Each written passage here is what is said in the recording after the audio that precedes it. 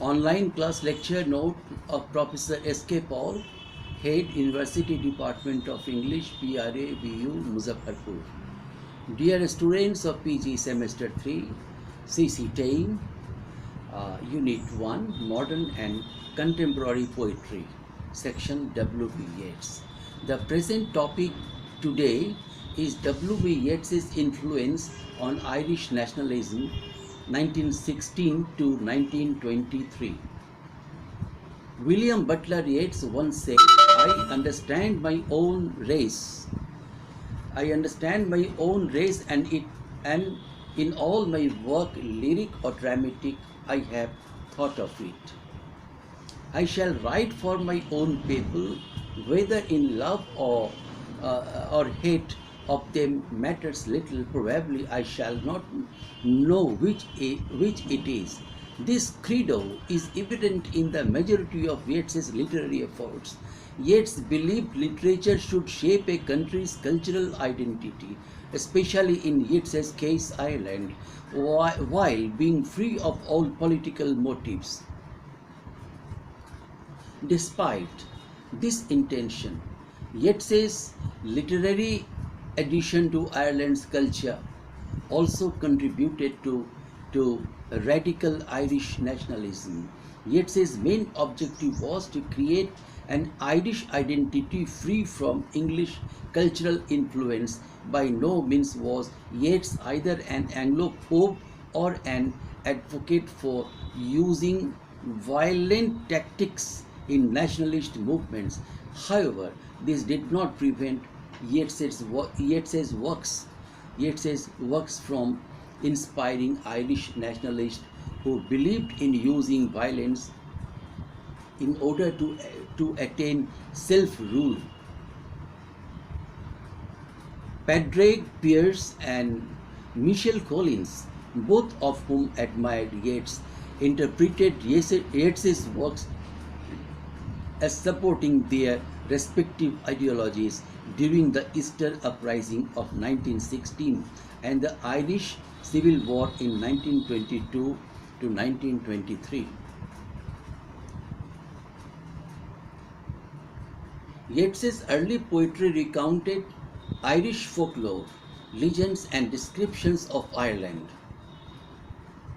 Description of Ireland's natural imagery. Examples included The Wanderings of Oisin, 1888, The Madness of King Gall, 1888, The Stolen Child, 1889, The Lake Isle of Innisfree in 1890, and Cuchulin's Fight with the Sea, 1893. It was from the poetic style that Yeats contributed to the birth of the Irish literary renaissance, based on the proliferation of Celtic mythology and imagery and the absence of theological reference in his early literary output.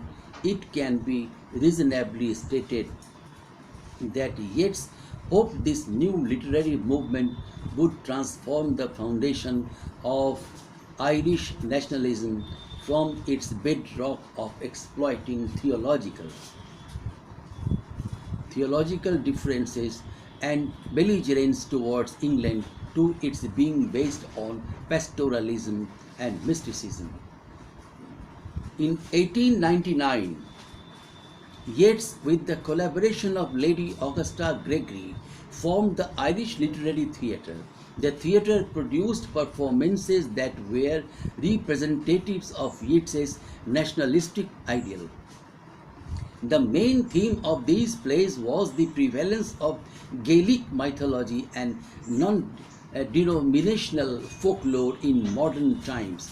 Despite the critical and public success for most of the theatre's productions, it was during the period when Yeats began to come in conflict with the morals of Ireland's Catholic middle class.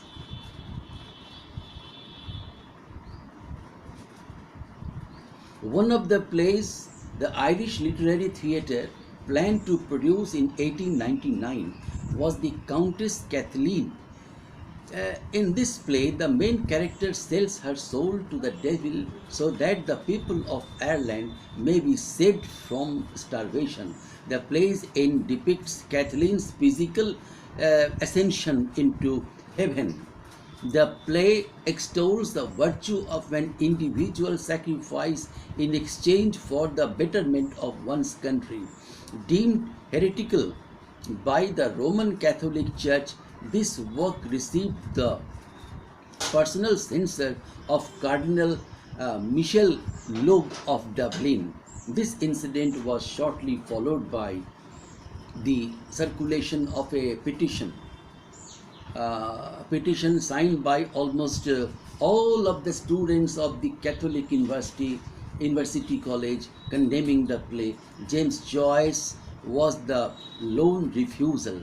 This was just one example of Yeats's difficulties with the conventional morals of Ireland's Catholic middle class. Yeats vented his frustration by authoring such poems as on hearing that the students of our new university have joined the agitation against immoral literature 1910 to a shade 1914 and on those and on those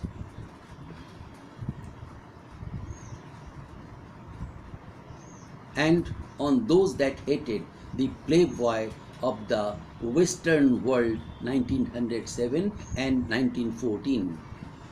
Yeats ultimately responded. The 1916 Easter Rebellion lasted from April 24 to April 29. It was planned by the Irish Republican Brotherhood led by Padraig Pearse and the political party Sinn Féin under the leadership of James Connolly. The rebels seized Dublin's General Post Office and other key governmental buildings. The rebels proclaimed the creation of the provisional government of the Irish Republic with Pearse as its president. Outnumbered by British military units, the rebels were cut off from reinforcements. Poorly equipped, the rebels at the General Post Office capitulated after 6 days. The revolt's leaders, Pearse, Connolly, Thomas MacDonagh, Thomas Clark, and even other rebel leaders, including the husband of Maud Gonne, John MacBride, would be executed within a month. Yeats learned about the facts of the uprising through the foreign press while traveling in England. At the behest of Gonne, Yeats ended his exile and returned to Ireland. It was Yeats's intention to depict the Easter Rebellion as an attractive but in the end self-destructive form of nationalism. Yeats fashioned his rejoinder to the uprising in his poem Easter 1916 and 1921. In Easter 1916,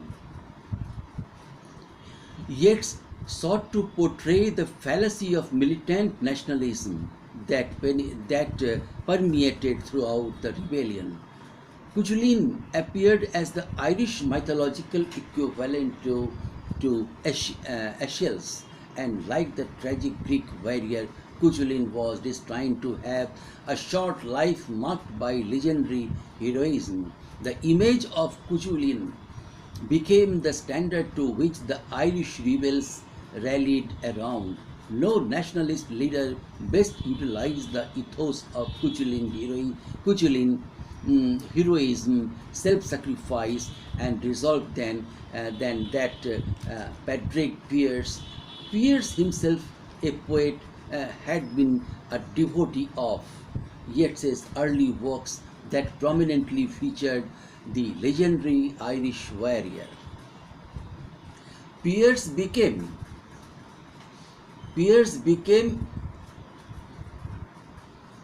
enamored with the heroic ideal of Cuchulain as described by Yeats in the poem Cuchulain's Fight with the Sea 1893 and in the play The Green Helmet 1910. Pierce was transported by the idea of dying a hero's death in the struggle for Irish nationalism.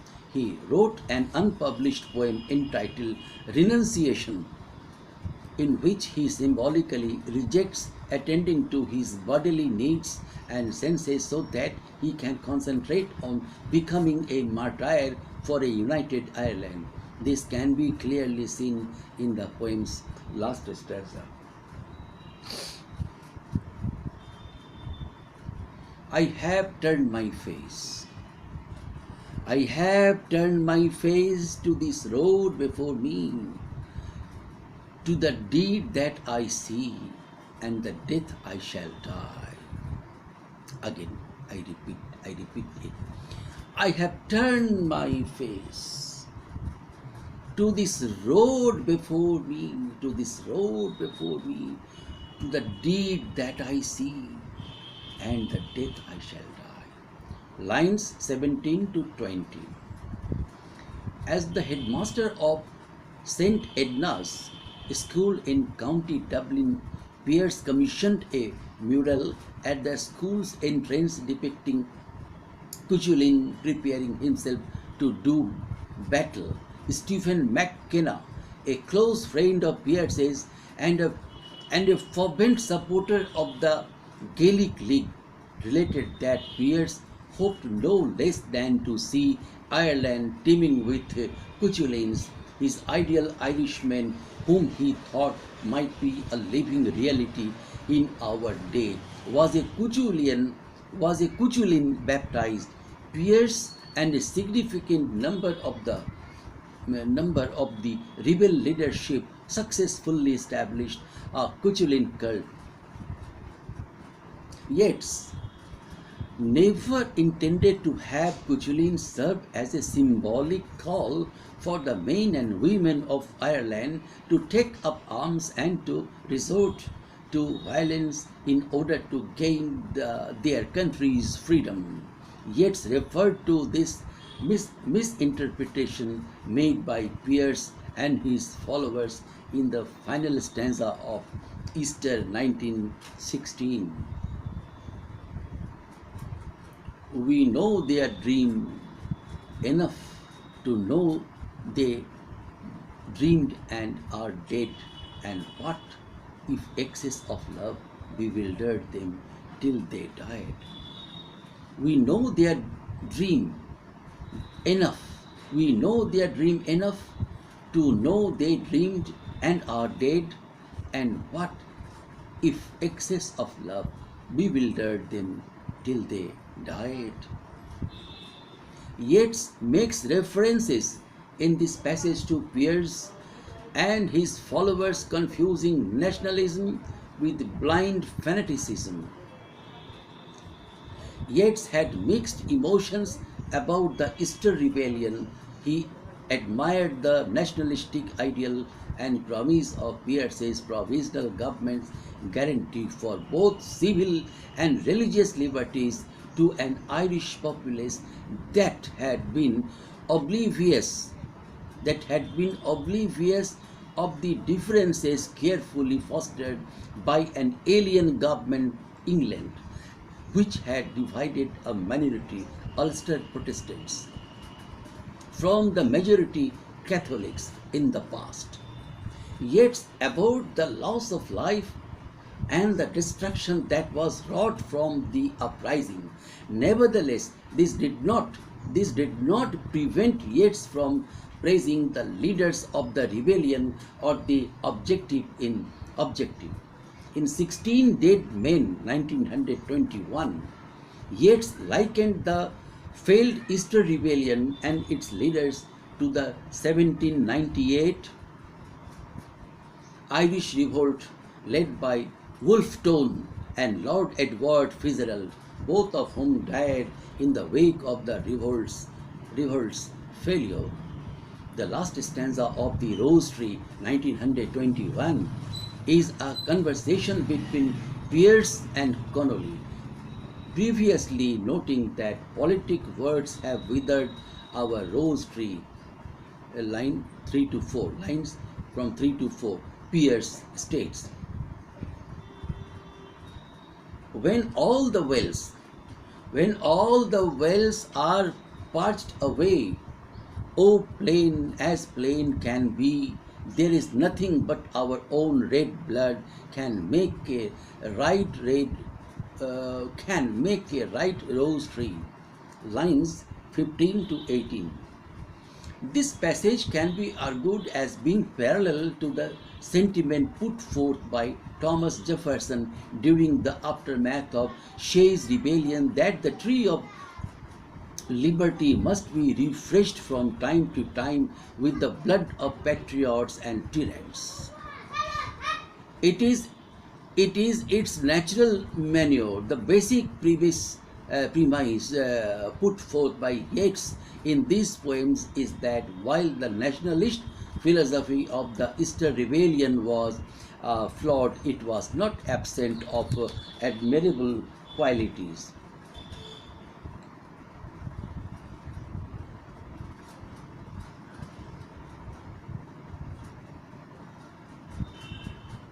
Yet would Tear change his thinking on the topic after the Irish Civil War of 1922 to 1923. Despite the failure of the Easter Rebellion, Irish nationalists never stopped resisting English rule in Ireland. The state of affairs intensified starting in the summer of 1919 when elements of the Irish Republican Brotherhood initiated a guerrilla war against both the British Army and the Royal Irish Constabulary.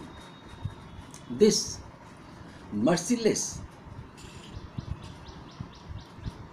this merciless undeclared war within Ireland lasted until the summer of 1921 when both sides agreed to a truce in order to start negotiations for the establishment of an Irish Free State. Ireland achieved a form of self-government in 1921 with the signing of the Anglo-Irish Treaty. According to the agreed terms of the Anglo-Irish Treaty of December 6, 1921, 26 out of 32 countries in Ireland would be granted self-governing dominion status in the British Empire. The 6 countries that were not included in this home rule status, Antrim, Armagh, Down, Fermanagh, Derry and Tyrone would remain under the direct control of Great Britain. A small majority in the Irish Senate ratified the treaty in March 1922.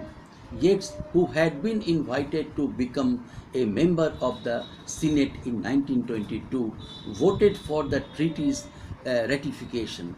Arthur Griffith, the founder of the Sinn Féin, and General Michael Collins, a Sinn Féin party leader and president of the Irish Republican Brotherhood, headed the 5-man delegation that negotiated the treaty's terms in London. Opposition to the treaty came from an Irish Republican Army, IRA, coalition directed with the leader of Sinn Féin and Prime Minister of Ireland, Eamon de Valera. The IRA's main contention was that they would not settle for less than a fully unified Ireland that was completely free from English rule. What de Valera and other opponents to the treaty did not comprehend was that the terms of the treaty were abhorrent to every member of the Irish delegation. The delegation agreed to treaty's terms in order to avoid the recommencement of hostilities between Ireland and England. However, this did not dissuade the treaty's opponents, who absolutely refused to recognize both the authority of the British Empire and the terms of the Anglo-Irish Treaty, correctly fearing that this situation would divide the newly born country. Collins, in a letter to a friend, expressed his concern over the newly signed treaty. Collins writes, "Will anyone be satisfied at the bargain? Will anyone? I tell you this, early this morning I signed my death warrant. I thought at the time how odd, how ridiculous, a bullet may just as well have done the job 5 years ago." Collins's worst fears were soon realized. Civil war ensued between irregular Republicans who opposed the treaty and regular Republicans.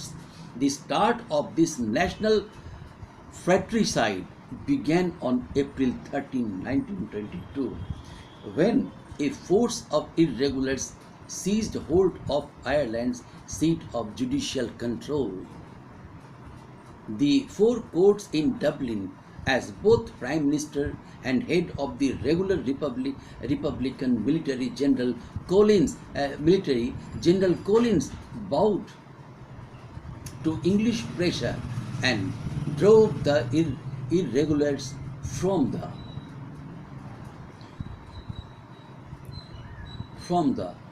four courts in June. Within the next few months, Arthur Griffith would die of heart attack, and irregulars in West Cork would assassinate General Collins. Neither side gained a discernible advantage throughout the conflict. Ireland's civil war came to an end when the leadership of the irregulars called for a suspension of all IRA operations. Ireland's civil war and its aftermath caused Yeats to regret having imbued his literary works with nationalistic overtones. One of the unfortunate legacies of the conflict was that it alienated families and friends. Probably the most famous example of the Civil War dividing Irishmen was the case of General Collins and Cathal Brugha. Allies and close friends, both men would take on opposing sides during the war. Brugha, a leading political figure in Ireland before the war, ignored the calls for surrender and suicidally attacked a Republican barricade armed only with a revolver and was mortally wounded, responding to a friend who questioned Brugha's loyalty to Ireland. Collins wrote,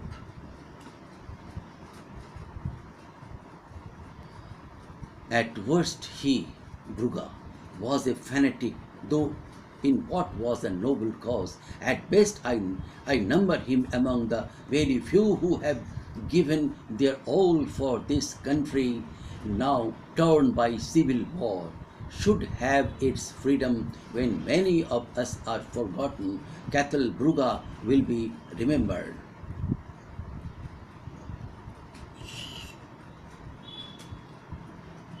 This letter is hauntingly familiar to the sentiment expressed by Yeats in Easter 1916 and 16 Dead Men.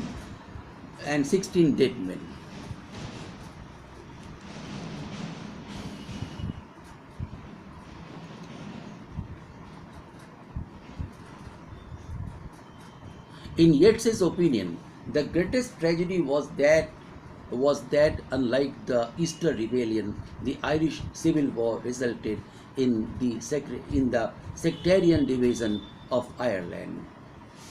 The six countries, which are predominantly populated by Protestants, chose to remain under the direct rule of England.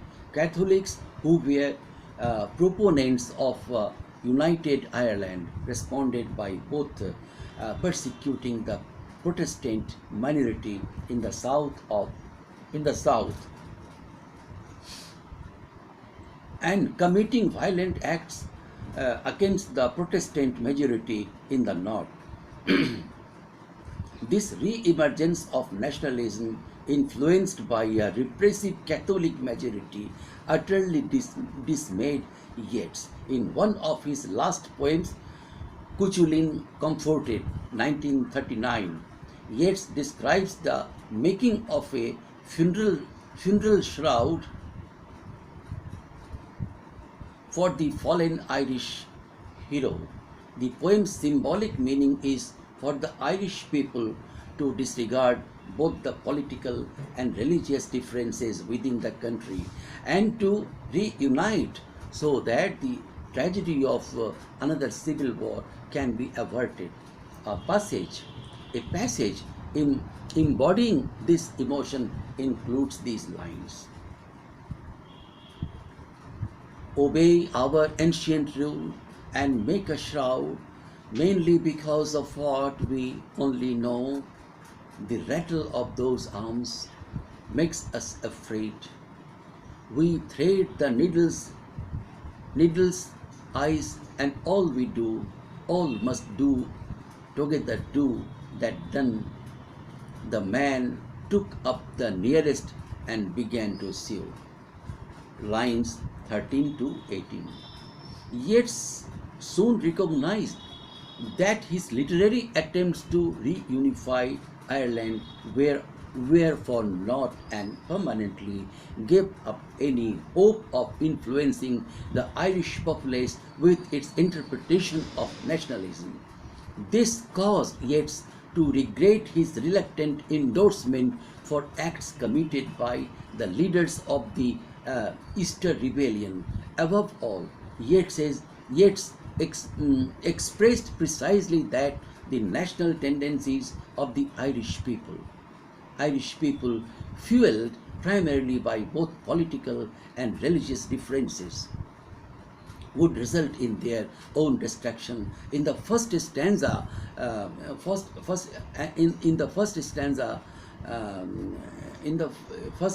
of Meditations in Time of Civil War, the road at my door, 1928, Yeats described the self-destruction nature of extremist nationalism. An affable, irregular, heavily built Falstaffian man comes cracking jokes of civil war as though to die by gunshot were the finest play under the sun. Lines 1 to 5. Yeats was not indulging in hyperbole. Just a few hours before being executed by Republican regulars, Liam Michel compares his death with those of Tone and Emmett, the Fenians, Tom Clark, Connolly, and Pierce. Michel exhorts his mother not to grieve his death, since he would die for the truth. Vindication will come. The mist will be cleared away. The mist will be cleared away, and brothers in blood will before long be brothers in arms against the oppression of our country and imperialist England. I believe that those who die for Ireland have no need for prayer. God bless and protect you, your loving son, Willie. The emotion expressed in Liam Michel's letter represented the extreme nationalistic feelings which Yeats thought to be of his doing through his poetry and plays. This can be confirmed through a statement made by Michel Collins in which he declared that Ireland's literati will teach us by their vision the noble race we may become, expressed in their poetry and their pictures. They will inspire us to live as Irishmen and Irish women should. They have to show us the show. They have to show us the show, and the people will then in their turn become the inspiration of the poets and artists of the future Gaelic Ireland. Though written in Yeats's lifetime, Collins's opinions would not be published until after his death. Yeats probably would have said that this misinterpretation of his literature by nationalists contributed to a country whose sentiments are being expressed by its sons and daughters in a different manner than what both he and Collins expected. Yet says remorse for having his literature spur violent nationalism is apparent in Remorse for Intemperate Speech 1933 and in one of his final poems, Man and the Echo. Out of Ireland, great hatred, little room, maimed us at the start. Lines 11 to 13. The intense hatred and religious chauvinism that emerged from the Irish Civil War was now erasing the sacrifices made by the individuals during both the Easter Rebellion and Anglo-Irish War. This caused Yeats to question whether or not his efforts to promote nationalist thought through his literary works were equally wasted. This is the question he asks himself in the Man and the Echo. In Man and the Echo, Yeats takes a self-appraisal of his life's accomplishments, as with most cases of surveying one's own life. Yeats became plagued with regret and doubt for the results of his actions. Evidence of this evident in this poem. All that I have said and done, now that I am old and ill, turns into a question till I lie awake night after night and never get answers and never get the answers tight. Did that play of mine send out certain men the English short? Lines 6 to 12. By the poem's end, Yeats is unable to give an answer. Yeats is unable to give an answer to this self-imposed question. His thoughts on this subject become diverted by the cry of a rabbit. Yeats employs the rabbit to serve as the metaphor for Ireland, snared in a trap and too self-involved in the pain of its current state to think of how I arrived at its present condition. Yeats's later works served as outlet for both his increasing frustration and, at the end of his life, his complete disgust with the Irish people in their financial nationalism. Ireland's present situation would give Yeats little comfort or hope for its future. What happened to have been a meaningful progression towards a peaceful resolution to Ireland's troubles? The Good Friday Accords has been delayed, with both Catholic and Protestant paramilitary groups refusing to disarm. If William Butler Yeats was alive to observe Ireland's current condition, he would be able to reluctantly answer his question posed to himself. His answers posed to himself in Man and the Echo, in the affirmative, and accept his share of responsibility for the sad and violent experience Ireland has endured during the 20th century. Thank you. Thank you.